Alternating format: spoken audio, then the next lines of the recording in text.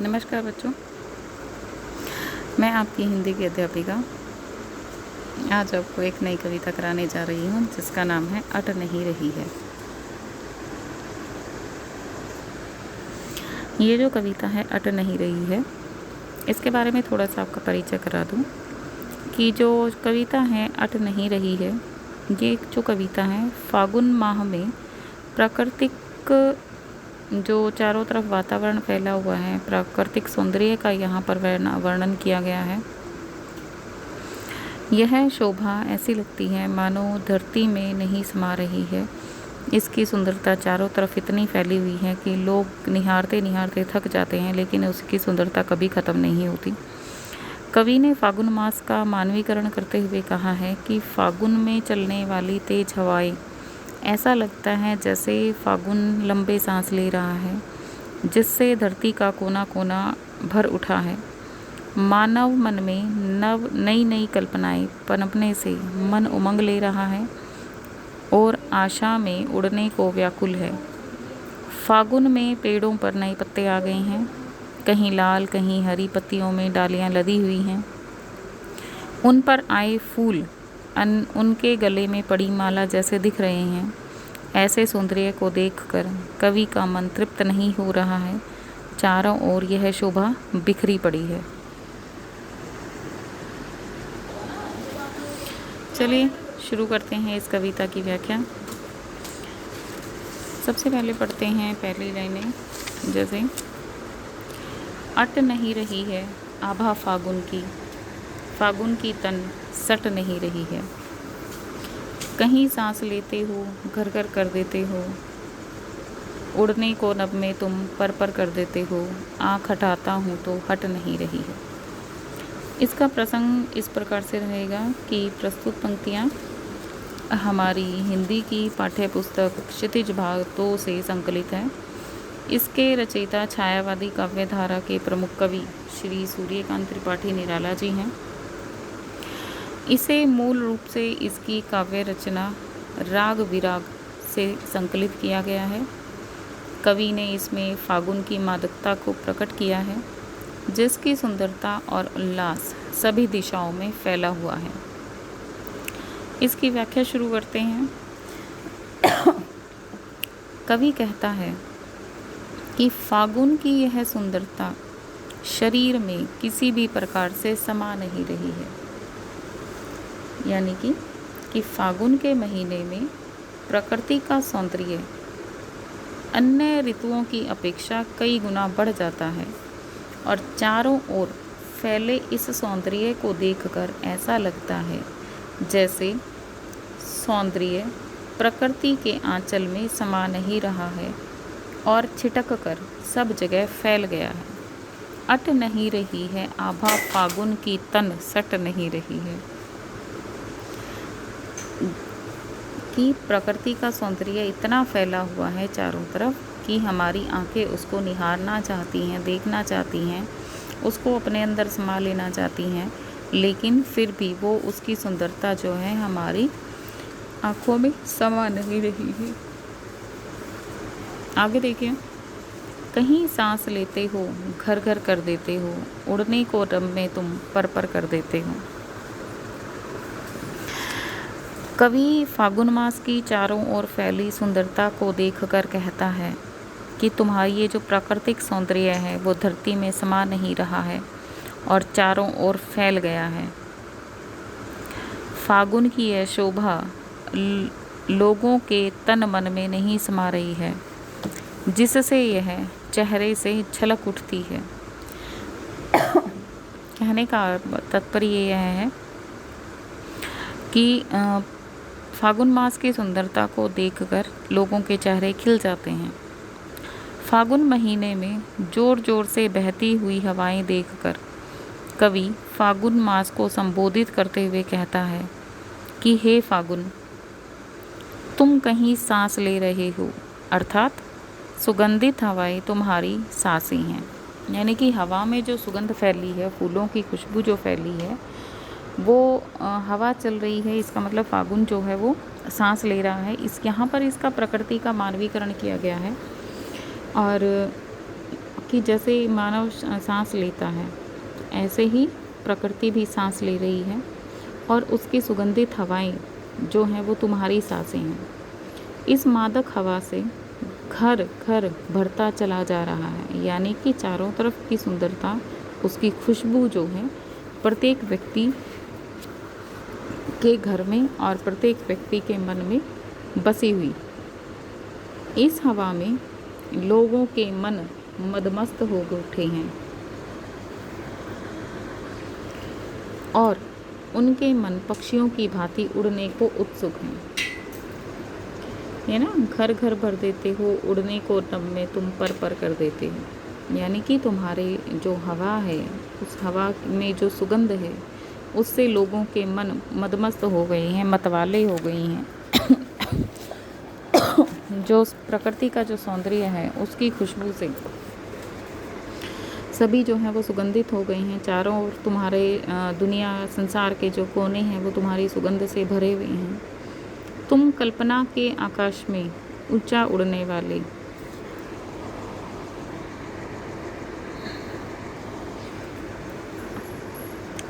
ऊंचा उड़ने तुम्हारे लिए मन को पंख प्रदान करती है, यानी कि तुम्हारी जो खुशबू है वो लोगों के मन को जो है वो पंख प्रदान करती है।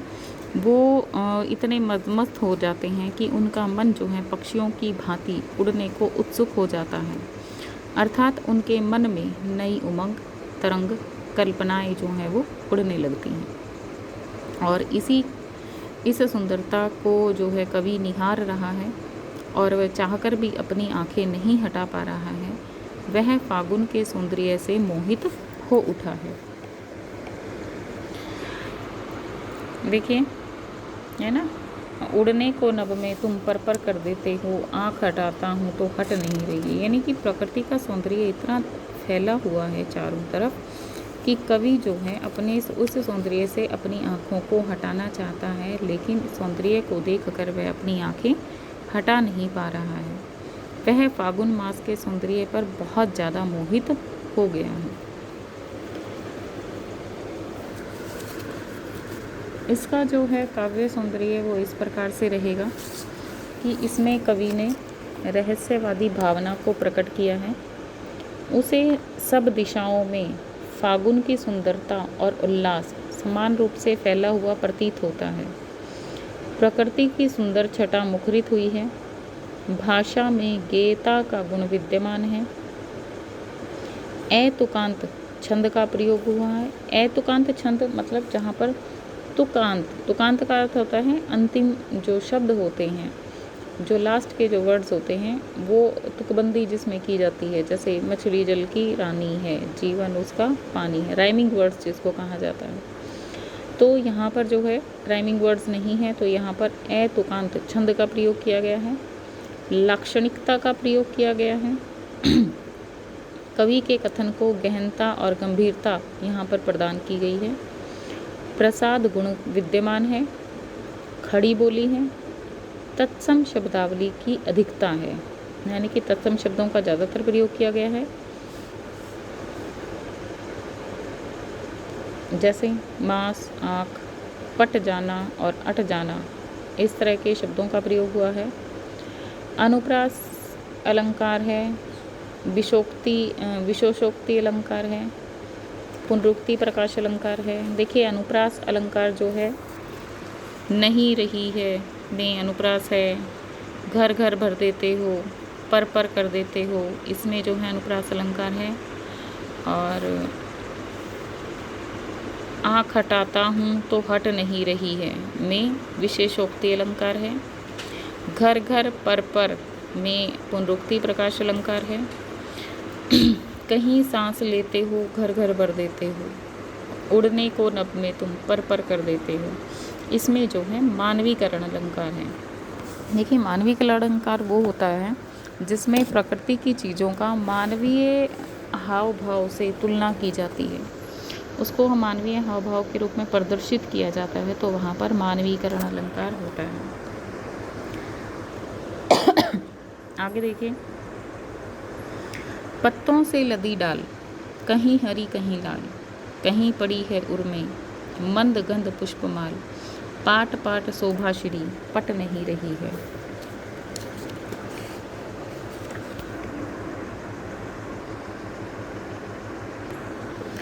अब इसमें जो है कवि फागुन महीने की सुंदरता का वर्णन करते हुए कहता है कि फागुन आने से पहले पेड़ पौधे अपनी पत्तियां गिराकर ठूंठ हो गए थे, यानी कि बिना पत्तों के हो गए थे। उन पर अब हरी पत्तियों ही पत्तियां दिखाई दे रही हैं। इनमें से कुछ हरी हैं, कुछ नई नई निकलने वाली पत्तियां हैं जो कि लाल रंग की हैं और जिसको कोपल भी कहा जाता है। जो नई पत्तियां लाल रंग की निकलती है उनको कोपल कहा जाता है। तो यहाँ पर जो है इसीलिए कहा गया है कि कहीं हरी कहीं लाल, कि जो सूखे हुए पेड़ थे अब दोबारा से हरे भरे हो गए हैं। उन पर हरी भरी पत्तियां ही पत्तियां दिख रही हैं। इनमें से कुछ पत्तियां हरी हैं और कुछ जो नई निकलने वाली पत्तियां हैं, तो उस जिस नई निकलने के कारण जो है इनका रंग लाल हो गया है। इसलिए जो है इसकी शोभा कहीं हरी है कहीं लाल दिखाई दे रही है। कहीं पड़ी है उर्मे मंद गंध पुष्पमाल, पेड़ों और लताओं पर रंग बिरंगे फूल खिले हुए हैं। इन खिले फूलों को देखकर ऐसा लगता है कि पेड़ों ने अपने गले में फूलों की माला पहन रखी है। इन फूलों की भीनी भीनी महक से वातावरण महक रहा है। ऐसे मनोरम फागुन में जगह जगह बिखरा हुआ सौंदर्य देखकर लगता है कि यह आवश्यकता से अधिक होने के कारण धरती में समा नहीं रहा है। पट नहीं रही है मतलब समा नहीं रही है। पाट पाट शोभाश्री, पाट पाट मतलब जगह जगह, शोभाश्री सुंदरता, कि जगह जगह जो भी सौंदर्य यहाँ पर फागुन मास में जगह जगह सौंदर्य बिखरा पड़ा है। और वो जो ये सौंदर्य है वो इतना ज़्यादा फैला हुआ है, इतना अधिक हो गया है कि वो अब धरती में भी समा नहीं रहा है। क्लियर बेटा? दोबारा से देख लीजिए इसकी व्याख्या जो है।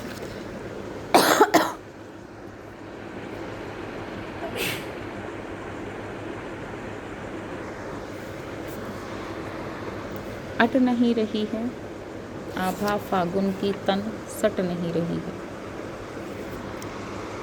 कहीं सांस लेते हो घर भर कर देते हो, उड़ने को नभ में तुम पर पर कर देते हो।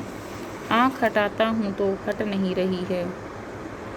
पत्तों से लदी डाल कहीं हरी कहीं लाल, कहीं पड़ी है उर्मे मंद गंध पुष्पमाल, पाट पाट शोभाश्री पट नहीं रही है, अट नहीं रही है।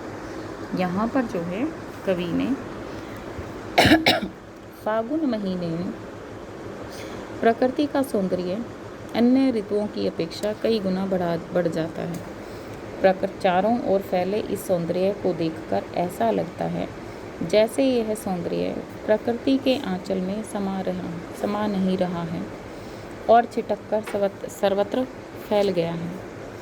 कवि फागुन मास की चारों ओर फैली सुंदरता देखकर कहता है कि प्राकृतिक सौंदर्य धरती में समा नहीं पा रहा है और चारों ओर फैल गया है। फागुन की यह शोभा लोगों के तन में नहीं समा पा रही है, जिससे